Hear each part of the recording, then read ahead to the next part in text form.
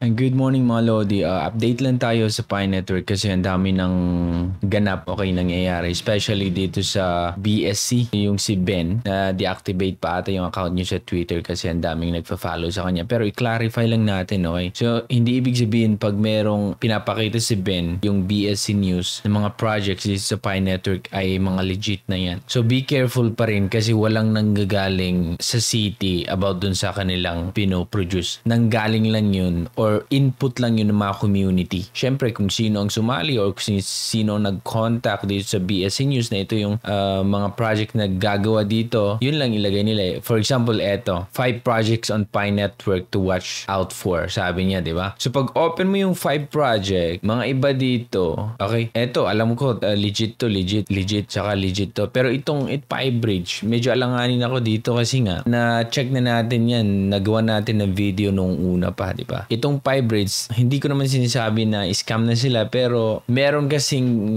tweet dito. Eto, galing sa SUS Drone. Okay. Yung SUS Drone, eto yung nanalo dun sa Pi Hackathon project. Ngayon sabi niya, this Pi Bridge has been ungranted the permission to use Pi SDK by core team. So, hindi sila nabigyan ng permission para gamitin ang SDK. Bakit di binigyan ng core team itong Pi Bridge? Syempre, kasi dyan nagkakaroon ng mga, alam niyo, yung hacking or ang daming nadadaling mga pera dahil lang dyan sa mga bridge na yan. So, yan siguro ang dahilan na hindi din nag-grant na gamitin yung SDK ng Pi. Eto, nagsasabi do not send your Pi to Pi Bridge or any unofficial applications. Wait for official applications. Tama naman to. Ito, yung SUS drone na yan, pakifollow din to mga brad kasi eto yung granted talaga na kung saan isang application or isang project to na dinedevelop nila na magiging available dito sa Pi Network ecosystem at kagamit-gamit ito sa agriculture. Okay, nabanggit na natin yun pero i-check natin na mas malalim to kasi mayroon akong nakitang video na ini-explain niya kung yung isang developer dito ini-explain niya kung paano yung SUS drone magagamit ng mga agriculturists. Paalala lang ito mga Lodi, hindi ibig sabihin kasi na binanggit na ni BSC News is okay na. Okay naman itong Pitogo, Pi Chain Mall, Pi Care, Pi Workforce kasi kasali sila or granted. Ang mga iba pa dito nanalo pa ata sila dun sa unang hackathon project na ginanap ng Pi Network mismo. Okay, yung SUS drone naman yun yung nanalo dun sa university hackathon na event. Pero itong Pi Bridge, alanganin ito sa akin. So ito binanggit niya talaga na yung Pi Bridge kasi what for? Para gamitin natin ang Pi Bridge kumbaga. 'Di ba? Parang wala kasi siya in connection dito sa vision and mission ng Pi Network. So binanggit din dito ni IQ na may 3 Pi Bridge pero itong 3 Pi Bridge nito unofficial yung mga application na binabanggit. Huwag niyo munang gamitin. Wait lang tayo dito sa sinasabi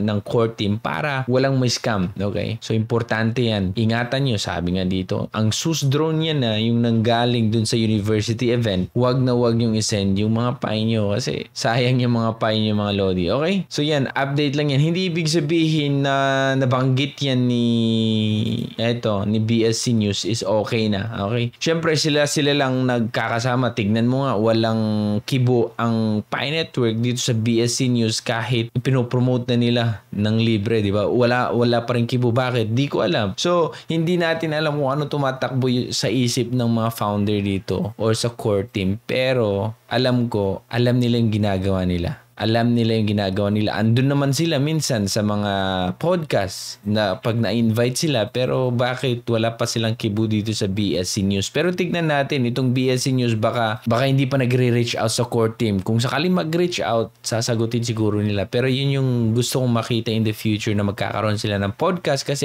may tanong itong si Ben eh. So malaking advantage din ang BSC News na i-promote ang Pi Network. Pangalawa si BitBoy. Kilala niyo si BitBoy. Matagal ko nang alam na nagmamine siya ng Pi pero hindi siya active talaga na parang pinopromote niya. Pero nabanggit niya ata dun sa isang video niya na dinownload niya yung application at nag-create siya ng account niya. Okay? So yan lang mga Lodi ang update natin sa Pi Network. Mag-ingat tayo sa mga applications na unofficial yung hindi binabanggit or hindi sinasabi ng Pi core team. Huwag basta-basta gumamit para safe ang account niyo. Ako si Torogi and thank you so much for watching. Bye.